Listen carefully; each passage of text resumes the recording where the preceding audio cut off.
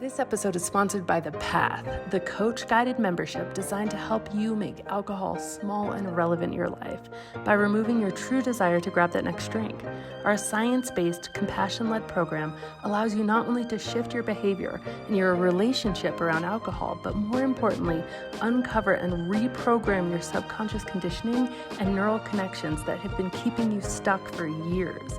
With daily live breakthrough coaching, an intimate and supportive community, regular peer-to-peer connection calls, and a complete vault of resources, this is where your path to total freedom and effortless enjoyment of your new way of life begins. Join us at nakedmindpath.com. All right, hi. I hope everybody's doing great. I have a bit of a sore throat right now, which is unfortunate, but just my kids had, one of my sons was stuffy, and then my daughter, she had a little bit of a sore throat as well. And it's funny, like when we get sick, every person in my family seems to get it differently. And luckily this has only been lasting like one day. So that's very good. We are staying home, staying safe, all that stuff, but still frustrating. So I can't talk too much, but I really wanted to answer this question that I just got. The question is, and I've been alcohol free for about 6 months now, and I've been very, very tempted to have a drink. Not from, I want to go back to drinking full time, but really from trying moderation and seeing if that's going to work for me. I like the idea of not giving up alcohol forever, but I really cannot deny how amazing I've been feeling for these last 6 months. It has been incredible, everything from my sleep to my clarity of mind to how I look, how I feel. So I don't want to give that up if it's not going to work. What do you think? Should I try to moderate and have a drink? So this is such a good question. And actually, I've written an entire ebook on this, on moderation in general, and really the things that science says about moderation. And that's always available for free. It's a full ebook. It's at canimoderate.com. So if you want to check that out, in addition to everything I'm going to say here, I think that's great. I believe that there are two ways to think about this. And I think it's really needing to self-diagnose kind of where you are at. So I remember for me, it was more, I wasn't necessarily interested in moderating as much as I was interested in like, oh, did I estimate the cost of alcohol in my life? Did I make too big of a deal out of nothing? Am I not really, because I had stopped drinking, and a few months later, hanging out with friends, hanging out with family, and people are telling me like, oh, you weren't the one with a problem. Why did you stop? Or I never even saw you drunk. And, why are you the one not drinking? And so I was getting all of this noise about like, oh, you didn't really have a problem, Annie. And they were just drinking and going on as normal. And I'm sitting here thinking like, I now think that, drinking is such a negative thing in my life. But did I miss something? Like, is it really just not that bad? And why does everybody seem to like it so much now that I've decided that it really didn't do anything for me? Like, what, did I miss something? And so I got really curious about a drink, like really curious. And in response to that, if you've read The Alcohol Experiment or This Naked Mind, you'll know that I did a self-experiment where I actually locked myself in a bedroom by myself with a bottle of wine and filmed it. And it was because I was just so incredibly curious about how, now that I'm not drinking, so I don't have the cravings, I don't have the desire, I don't have that like itch to have a drink. Now that I'm not drinking, I haven't been drinking for months, how does it actually make me feel? Like, what is it in the bottle that's really positive? What is it that's nagging at me? And for me, I just wanted to definitively know for myself, like without kind of a shadow of a doubt, I wanted to know, like, am I missing out by not drinking? Because if I'm going to stop doing this pretty much like indefinitely, then am I missing out, right? And so I did it. I locked myself in a room. And I remember the next day coming out of that experience being like, wow, no, there's nothing in there for me. Like everything that I thought that it did, it really doesn't do. And I couldn't even watch the videos for a long time because I didn't like who I was when I was drinking. Even after a glass of wine, I wasn't liking it. I didn't appreciate it. And so I did eventually watch the videos, and I actually condensed them down into like 15 minutes of, I guess, the lowlights, the highlights, however you want to call it. Anyway, that's available in the free alcohol experiment, which you can always do for free at alcoholexperiment.com.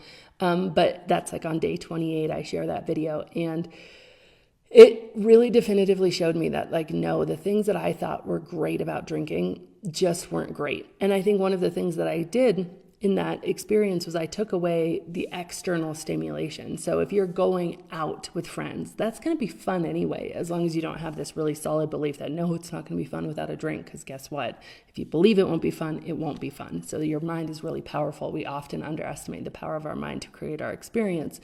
But if you go into it saying, I don't know, is this going to be fun? Is it not going to be fun? Let's see. And you go out with friends, it can be unbelievably fun. You can have a great time without drinking.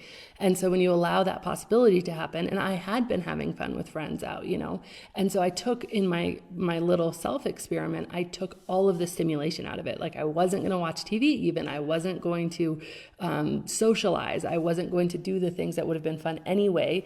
And I wasn't going to allow that alcohol did what it had done previously in my life, which was basically be totally, married up with all of these activities that were fun. Like, I needed to decouple the activity that was fun with the drinking. And that was really important to me in my little self-experiment. So why do I tell you this when it comes to moderation? I think that doing something like this, when you're thinking about moderating, even if it is just with one glass of wine by yourself, or you have one glass of wine and you do it for 3 hours, and then wait 24 or 40 hours before making a decision, can give you clarity in a way that if you were to just go out, might not give you the same clarity. And here's why, is because when you go out and you're already excited about it, you're already with friends, you're already in a situation that's fun and enjoyable, and then you add a drink, your mind can so instantly make that connection. Oh, this is fun. The alcohol must be what's fun. But if you take away all the stimulation and you just have an experience of, again, you can just do one glass of wine and time how good you feel for how long, how you feel before, how you feel during, how you feel 20 minutes after that glass of wine, how you feel 30 minutes after that glass of wine. And you can really start to see and map, like, oh, wow, alcohol makes me feel good, and then it makes me feel bad, and then it makes me feel worse than before I drank.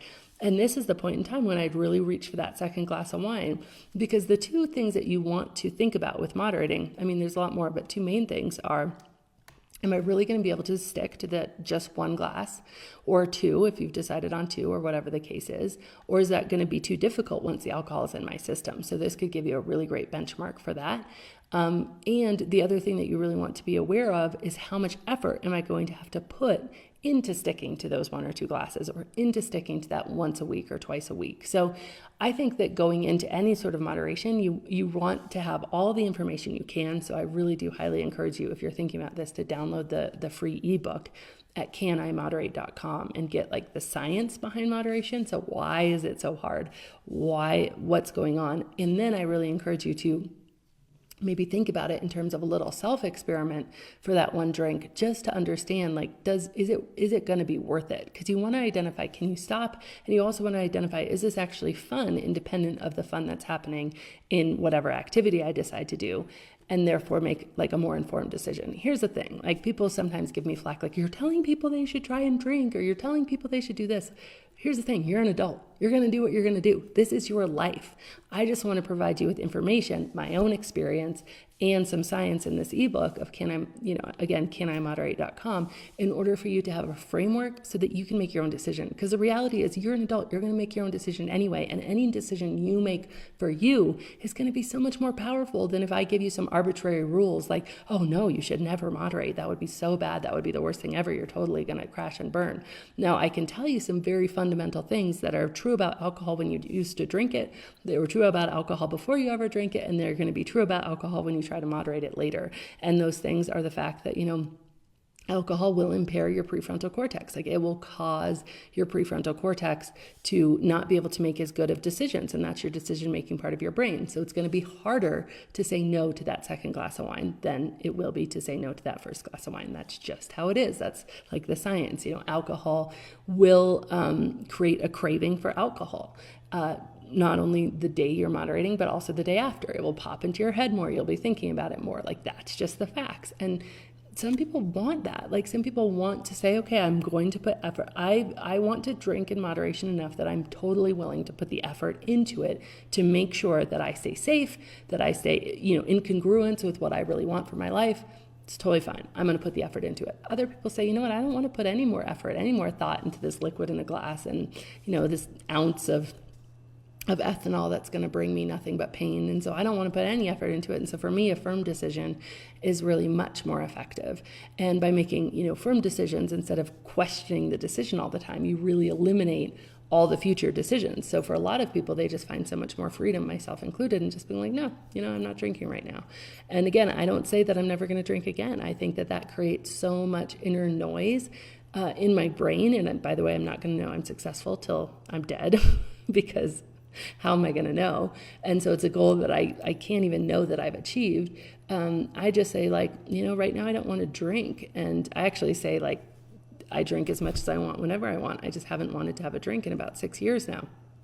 And that's because for me, that sounds like freedom. And I really do believe that true freedom exists beyond rules. And sometimes we need rules. Sometimes we need discipline and rules in order to get to a point where we can move beyond them.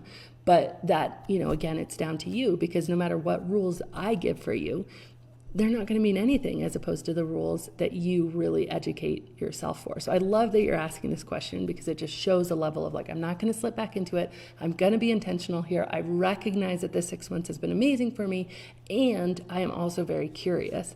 And I would just encourage you to get as much information as you can and then make a decision based on really your principles. And I would definitely encourage you to make some sort of guardrails for yourself. So if you do decide to moderate, what are your non-negotiables? What are your things that if you cross these lines, you're going to go back into having a break, so that you really have this firm, agreed upon ahead of time roadmap for okay, for me, these are going to be my frameworks for if I do this, that, and the other thing, or if I show up in this way, or if I do this, fall down drunk, or I end up, drinking 2 days in a row or 4 days in a row, or whatever it is for you.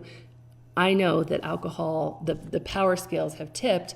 Alcohol is now more in charge than my brain is, and I'm going to go back to a break. And I highly encourage you to make that plan, which is outlined at the end of the Alcohol Experiment or the Alcohol Experiment book, just exactly how to think about that before you go back to trying to moderate, so that you have something kind of in hand to really guide you as you go through this.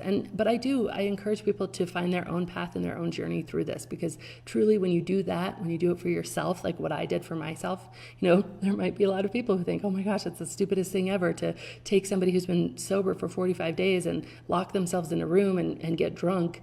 But for me, it was the most freeing experience, because then after that, I didn't have any doubts. I knew that my experience was mine fully and entirely, and it really gave me a level of freedom that I didn't have before. So what an awesome question. Thank you so much for asking it, and I hope you guys have a great day. Hi, it's Annie Grace. I wanted to interrupt this podcast, I guess the end of this podcast, to say that if you're totally serious about actually and truly and forevermore transforming your relationship with alcohol, really leaving it behind in the rearview mirror for once and forever, and changing your psychology about it, we have a program called The Path that I've created specifically for you. Now, it's not for you if you're still dabbling or trying to figure out where you want to be, or maybe even if you still want to moderate. All those things are fine. That's great. But if you're beyond that and you're like, no, I just want to be done with this. I'm ready to invest some time, and I'm ready to just make this happen. I want the answer. I want the easy way out. Then I want you to check out nakedmindpath.com and join us in the path, where you receive coach-guided and community support so that you can truly make this lasting change that you want in your life. And as always, rate, review, and subscribe to this podcast, as it truly helps the message reach somebody who might need to hear it today.